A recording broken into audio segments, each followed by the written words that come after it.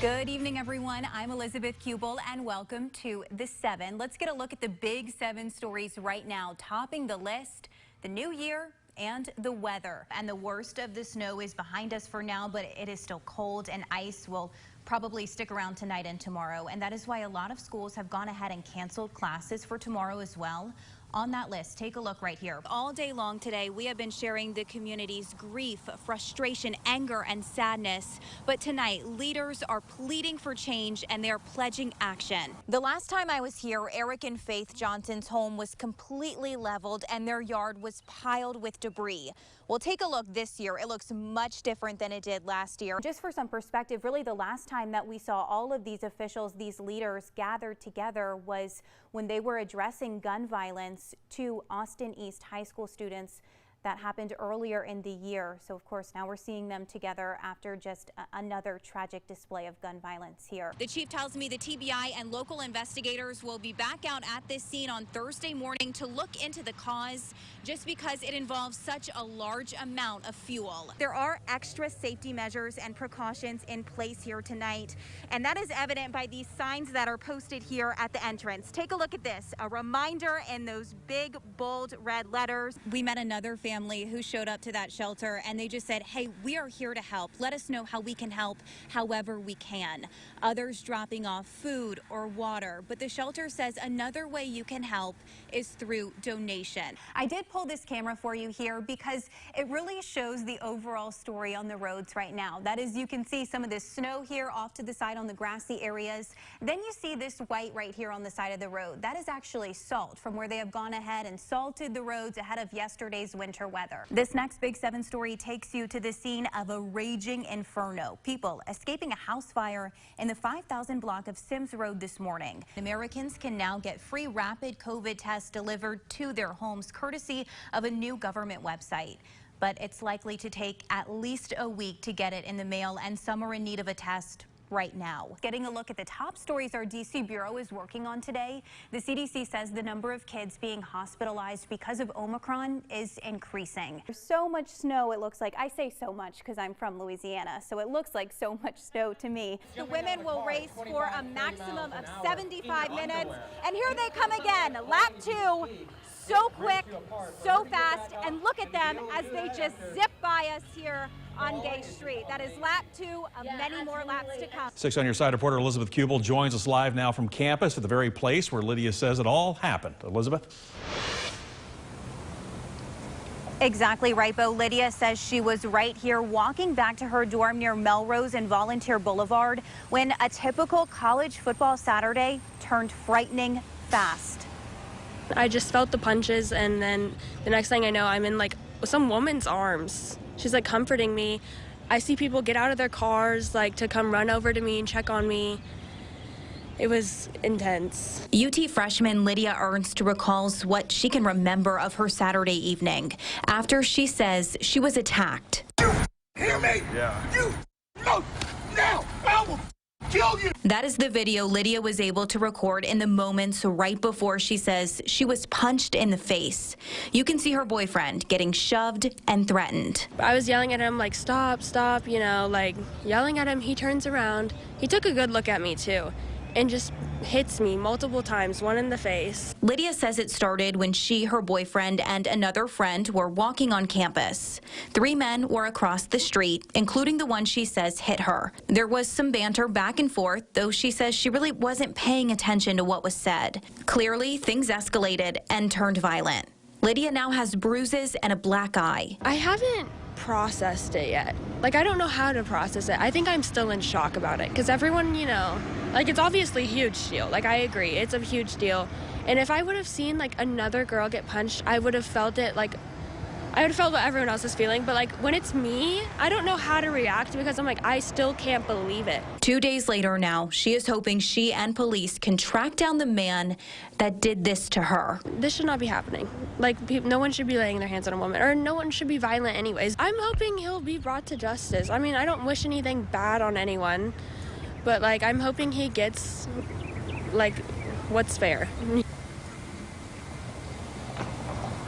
And Lydia also told me this is not ruining the fun of game days for her. She told me she still plans to be back at Neyland this weekend when Tennessee takes on Ole Miss. Bo? Our Elizabeth Kuebel hears from Lemke about what happened this weekend and the hurt he's been feeling since. Elizabeth? Bo, it is hard to imagine going through this. Stephen Lemke says the violence was sudden, and he believes it centered around the baby of the female suspect and one of the victims. Lemke survived, but he is now coping with a tough loss. I don't want to go to sleep because I know it's all going to replay, and it's probably going to replay for the rest of my life, and I don't want to accept it. Just days after a deadly shooting in McMinn County, survivor Stephen Lemke is haunted by the crime. They started walking out the door to the truck to leave, and Jasmine turned around and yelled at him and completely just said, "What are you doing? Don't leave no one alive." And so I'm in the back of the camper on a bed and looking out the window kind of, and I seen Curtis just turn around.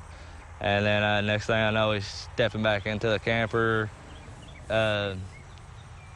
pretty much reshooting every victim twice. Stephen made it out alive, but not untouched.